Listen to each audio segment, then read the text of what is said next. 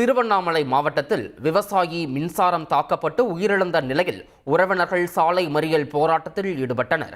திருவண்ணாமலை மாவட்டம் புதுமல்லவாடி அருகில் உள்ள ஈச்சங்குப்பம் கிராமத்தை சேர்ந்தவர் விநாயகமூர்த்தி.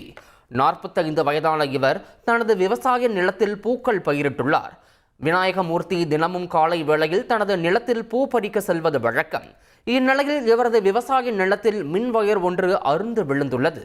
மின்வாரிய ஊழியர்கள் இதை கண்டுகொள்ளாமல் விட்டுவிட்டதாக கூறப்படுகிறது.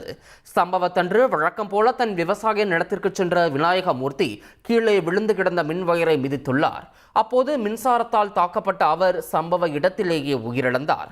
இதனால் ஆத்திரமடைந்த உறவினர்கள் உயிரிழந்தவரின் உடலை திருவண்ணாமலை வேலூர் சாலையில் உள்ள புதுமல்லவாடி மின்வாரிய அலுவலகத்தின் எதிரே உள்ள சாலையில் வைத்து மறியல் போராட்டத்தில் ஈடுபட்டனர்.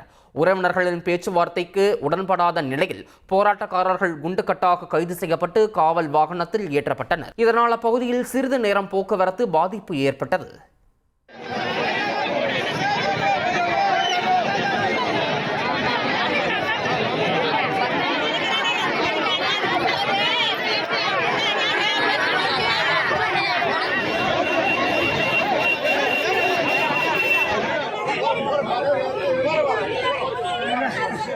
வண்டி